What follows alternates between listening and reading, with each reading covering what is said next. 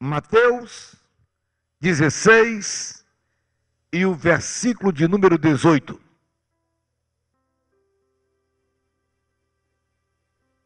Pois também eu te digo que tu és Pedro, e sobre esta pedra edificarei a minha igreja, e as portas do inferno não prevalecerão contra ela. Amém. Meus queridos irmãos, meus amigos, era comum no ministério de Jesus, periodicamente, ele reunir-se particularmente com seus discípulos. Nós encontramos em vários registros bíblicos Jesus à parte com os discípulos, conversando com eles, especialmente após um trabalho, após um momento de ensino, após uma grande reunião, após milagres. Os discípulos, por serem criaturas, homens limitados, nem todas as vezes eles assimilavam o trabalho que Jesus fazia. Haja vista que em alguns momentos eles chamavam a Jesus em particular e perguntavam: Jesus, por que aconteceu isto conosco? Jesus, o Senhor falou uma parábola e nós não entendemos. Jesus, quando é que isto vai acontecer?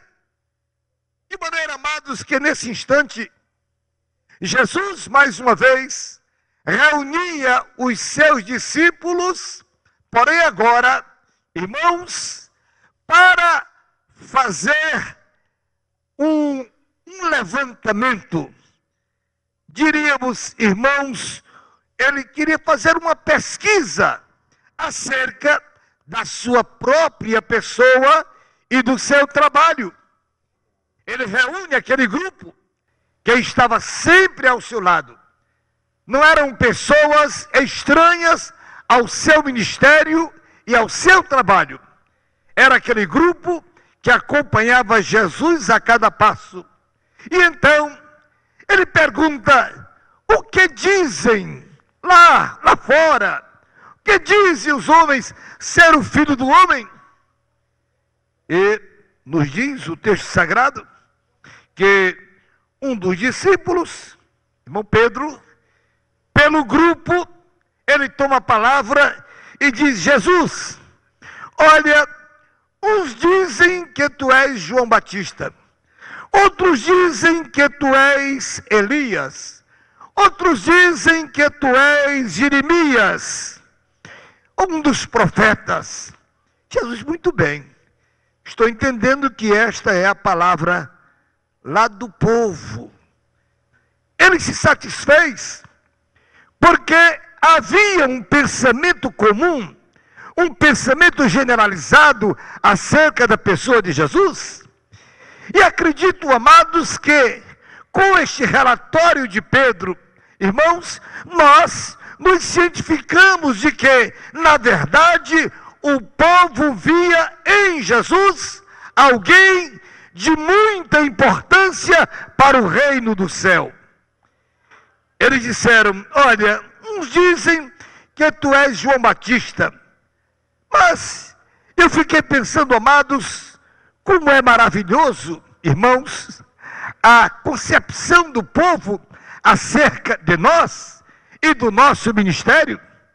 Porque algumas vezes, quando alguém pergunta acerca de outrem, às vezes nós ouvimos, olha, uma pesquisa que não é tão boa. Nós, aqui no Brasil, especialmente nesses últimos dias, temos visto muita coisa acerca de pessoas que deveriam ser importantes, especialmente daqueles que têm o governo nas suas mãos, e algumas pesquisas mostram coisas que não são as melhores. Porém, amados, com relação a Jesus, eles disseram: olha, alguns dizem que tu és João Batista. Mas por que João Batista? João Batista, meus irmãos, era alguém que era visto pelo povo como alguém diferente. João Batista era um homem que até a sua presença física era estranha. Haja vista que diz a Bíblia que ele se vestia de pele de camelo, enquanto os sacerdotes, os rabinos, tinham lá suas vestes compridas, cabeça coberta. João Batista vestia-se com pele de camelo, cinto de couro. Ele era nazireu de Deus, tinha cabelo grande, barba grande, vivia nas cercanias de Jerusalém. Devia ser alguém que fisicamente, e quem sabe até a sua pouca higiene, porque ele vivia fora da cidade. Mas só que havia uma coisa, irmãos. João Batista, esse homem estranho de presença, mas quando ele abria a boca, a sua palavra tinha unção e tinha autoridade do céu. Bendito seja o nome do Senhor. Na verdade, era um homem que tinha uma mensagem objetiva. João Batista não vivia paparicando o povo, é uma expressão nossa. Ele não vivia pondo pano quente no pecado de ninguém. João Batista era objetivo na sua palavra. Haja vista que se hoje nós, irmãos, usássemos os termos da mensagem de João Batista, tenho certeza que se eu pregasse como João Batista hoje, amanhã, esses bancos estariam vazios. João Batista era muito incisivo nas suas palavras. Ele chegou a chamar o povo de raças de víboras. Era uma mensagem dura. Porém, amados, diz a Bíblia, e no dia seguinte, lá estava uma outra multidão para ouvir a mensagem de João Batista. Aleluia! Bem por isso, amados, eles achavam que Jesus parecia com João Batista, porque Jesus era objetivo na sua palavra. A sua mensagem tinha unção, a sua mensagem tinha autoridade, a sua palavra alcançava os corações, a sua palavra tinha resultado. Quando Jesus falava, alguma coisa extraordinária acontecia, porque era Deus falando aos homens. Bendito o nome do Senhor. Porém, amados, o texto diz que outros diziam, bem, outros acham que tu és Elias. Mas por que Elias?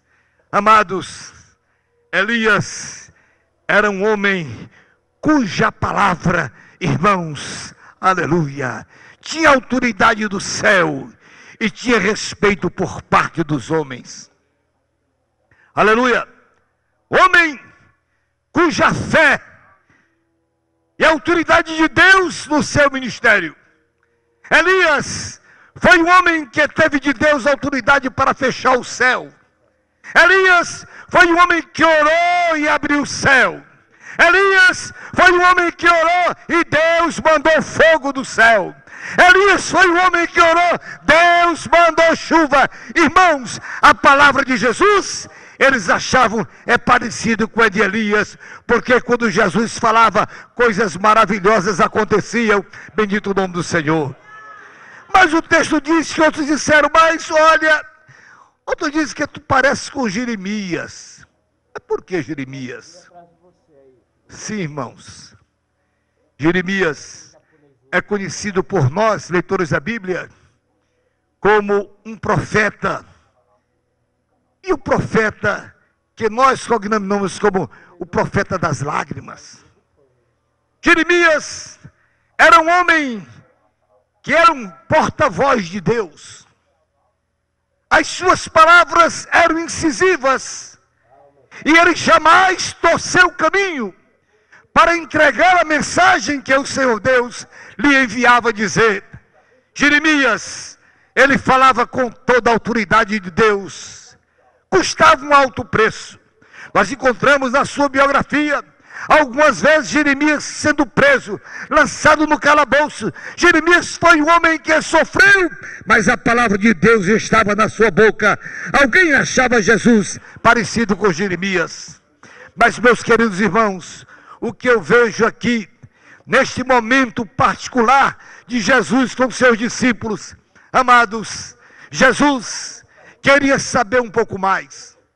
Ele já havia ouvido o que o povo lá fora dizia, Porém agora, ele olhou para os seus companheiros e disse: e vocês, os meus cooperadores, vocês, os meus auxiliares, o que dizem acerca de mim?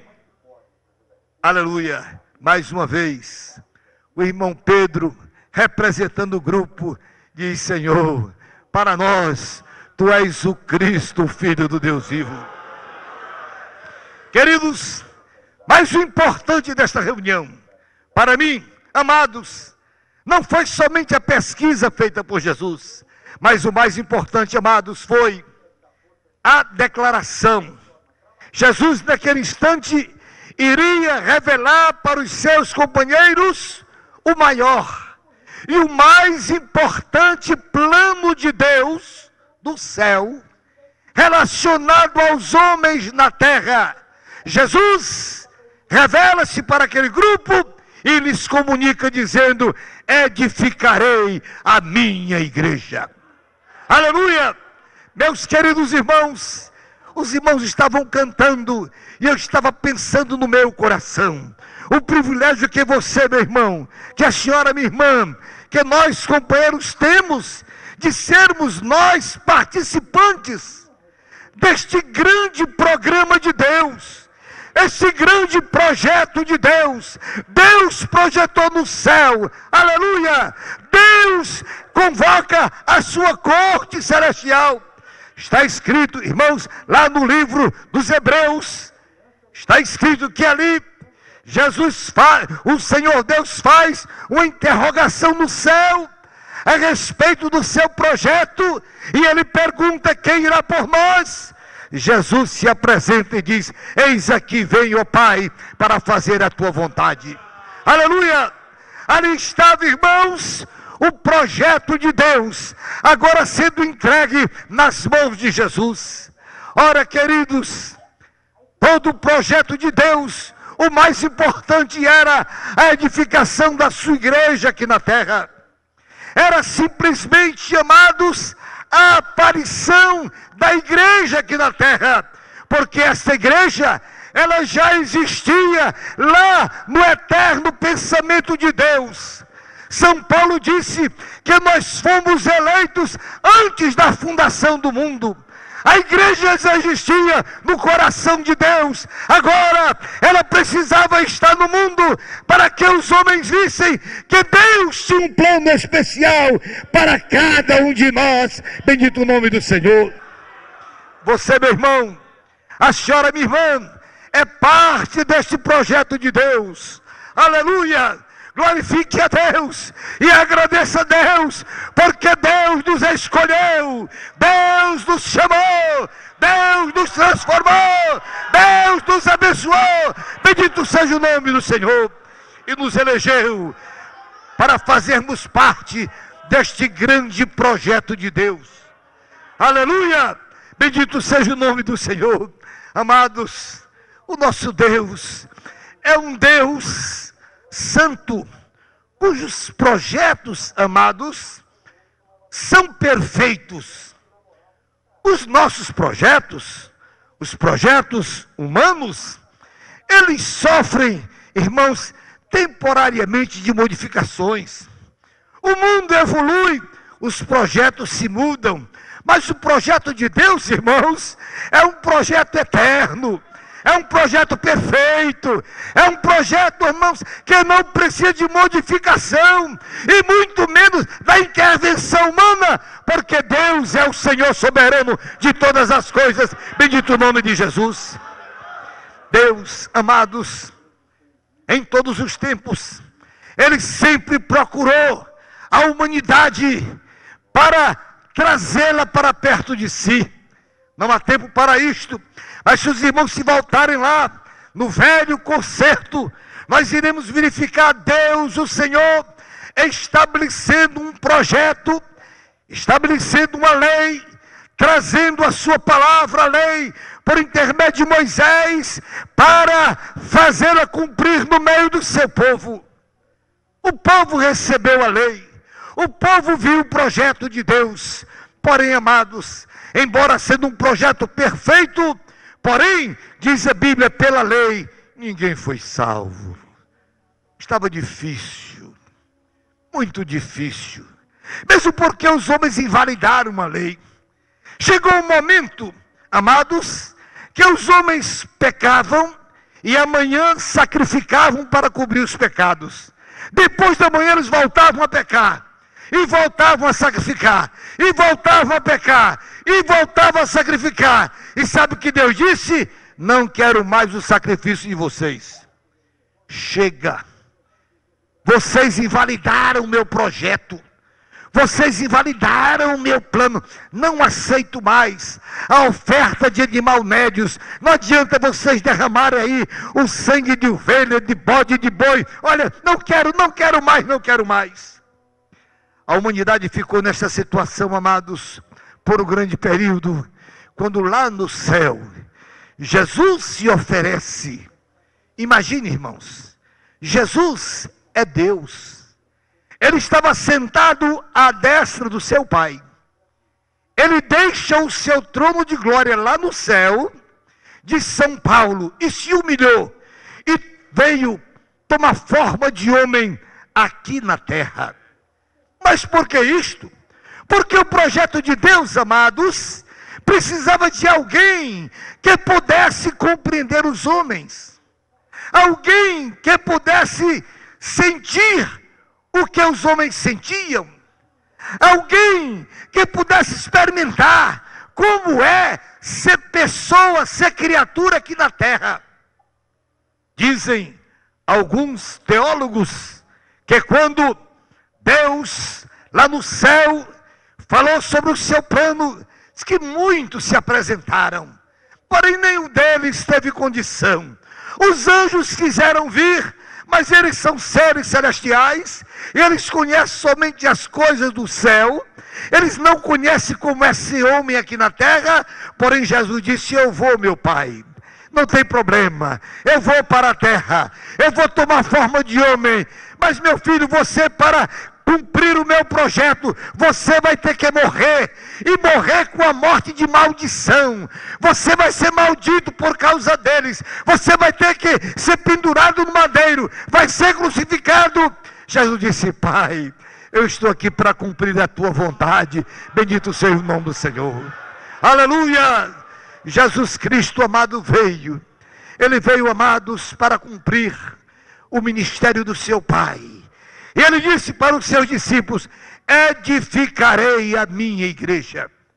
Isto, amados, para mim tem um significado profundo, porque, amados, eu compreendo que a igreja, na sua edificação, ela não é o produto da mente humana. Não foram os teólogos que planejaram a edificação da igreja.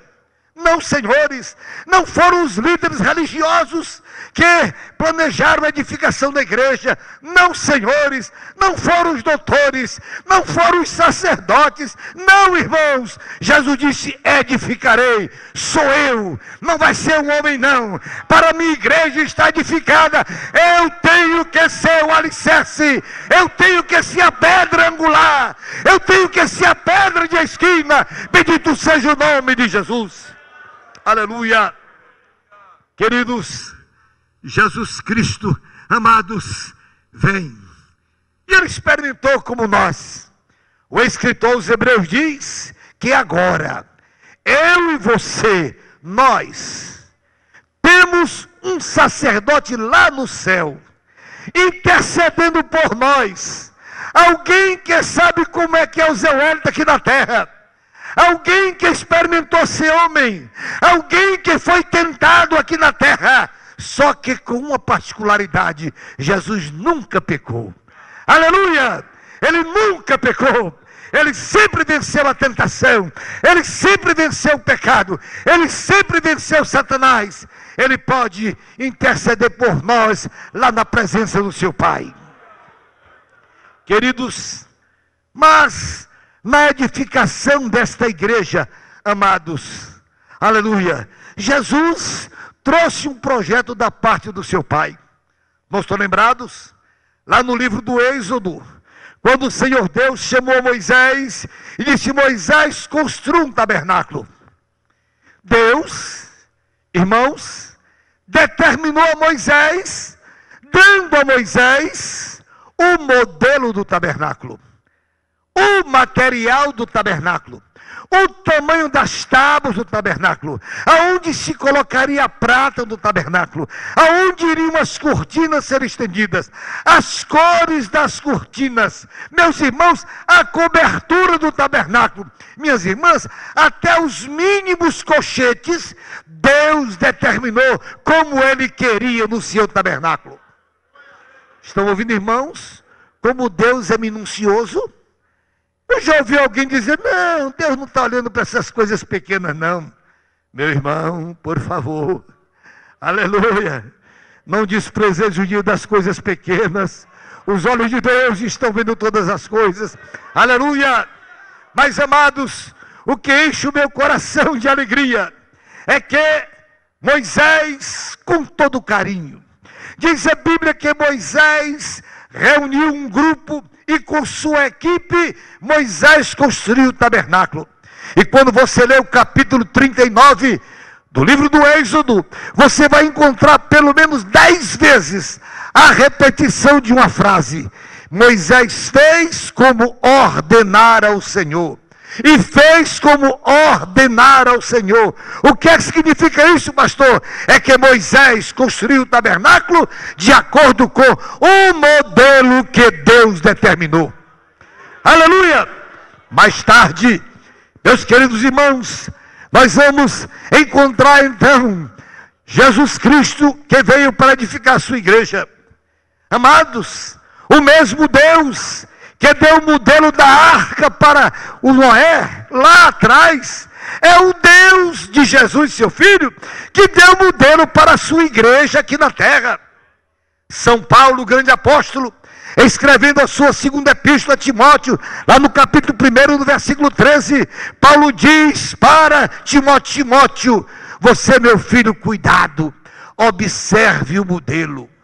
Conserve o modelo, meus companheiros pastores, a quem Deus confiou o nosso trabalho na edificação da sua amada igreja. Eu e você temos a responsabilidade de observar o modelo da Bíblia. A igreja não tem o meu e também não é o seu. O modelo da igreja veio do céu. Aleluia. Foi projeto de Deus, foi Deus que estabeleceu. Amados, e a igreja do Senhor, queridos irmãos, aqui na terra, queridos, ela observa o modelo de Deus. O escritor aos Hebreus, ele diz que o construtor da igreja, o arquiteto da igreja, meus irmãos, não foi Lutero. Não, também não foi Maomé. Também não foi Confúcio. Não, também não foi o Papa que morreu, nem o que está aí. Também não foi um pastor. O construtor da igreja, o arquiteto, chama-se nosso Senhor e Salvador Jesus Cristo. Aleluia! Foi por esse motivo que Paulo disse que lá no céu só existe um mediador entre nós e Deus. Entre Deus e os homens, só Jesus Cristo é o mediador. São Pedro disse que lá no céu e aqui na terra não foi dado um outro nome pelo qual devamos ser salvos. Da sua amada igreja, aleluia! Jesus, queridos, ele iniciou a edificação da sua amada igreja. Ele havia escolhido um grupo de homens, um grupo seleto. Irmãos, na verdade, ele escolheu de acordo com a sua eterna sabedoria, mas ele escolheu um grupo de 12 irmãos, mas um grupo diferente. Era um grupo heterogêneo, um diferente do outro. Foi lá na praia, pegou 3 galileus que estavam pescando, passou lá na alfândega, pegou lá o camarada, um cobrador de imposto, e ele foi compondo o seu ministério. Pegou aqueles 12 homens, mas ele preparou aqueles homens, ensinou aqueles 12 homens para que, no momento que ele regressasse para o seio do seu pai, aqueles seus apóstolos dessem continuidade à igreja que ele havia edificado. Aleluia!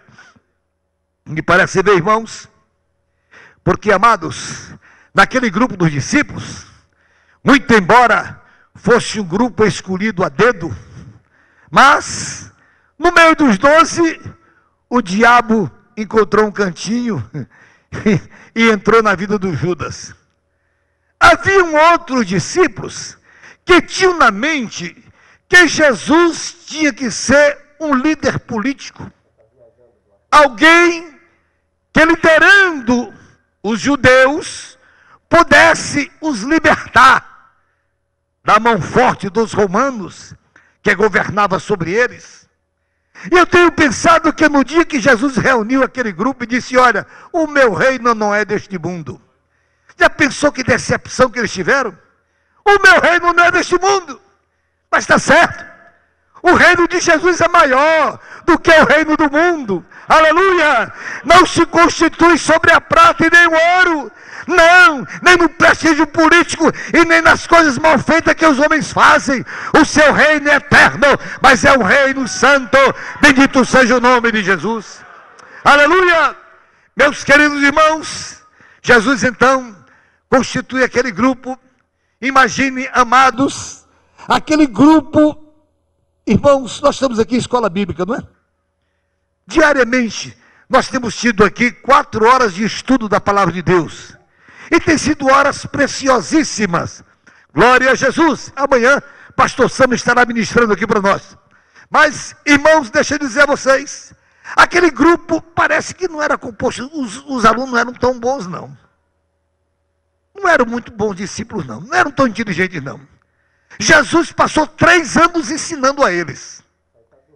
Eu me recordo no tempo de estudante, eu não fui um bom aluno, irmãos, em química. Sempre tive dificuldade com química. Né? Eu era bom, biologia, eu sempre fui um bom aluno. Eu tinha tendência para a medicina. Mas, escute bem, Jesus pegou aqueles homens e começou a ensiná-los. Lá no capítulo 10 de Mateus, ele chamou o grupo e disse: escutem, escutem, vou determinar vocês, curai os enfermos, ressuscitai os mortos. Como assim? Eles ouviram tudo aquilo. Irmãos, no primeiro teste que Jesus fez com os seus apóstolos, irmãos, ele foi, irmãos, tão meigo com seus discípulos. Naquele grupo, tinha um bom número que eram pescadores. Eles conheciam o mar da Galileia, a força do vento, de onde soprava, de onde vinha, como é que era o barco, a altura das ondas, a velocidade da água. Eles conheciam tudo do mar da Galileia. E ele então levou o grupo para fazer um teste lá no mar. Entra num barco, e eles começam a viajar para o outro lado, talvez de Tiberíades para Cafarnaum, ou de Magdala para o outro lado, eu não sei. Mas Jesus se deita ali na popa do barco, e diz a Bíblia que ele estava dormindo, e de repente o mar se encaperou, e uma tempestade aconteceu, irmãos, e quando o vento começou a soprar mais forte, ondas grandes, um deles se apavora e chega em Jesus: acorda, senão pereceremos. Jesus olha para ele e escuta: mas que qualidade de alunos são vocês? Eu não já ensinei tanto a vocês acerca da fé? Aonde está a fé de vocês? Cadê a fé? Jesus levanta-se, olha para o mar e diz: olha, acalma-te, vento. Olha, acalma-te, mar, cala-te, vento. Tudo se fez bonança. Mas o que eu acho interessante é que os alunos, depois de 3 anos de aula, um olha para o outro e diz: escuta, quem é esse? Quem é esse que até o mar e o vento lhe obedece?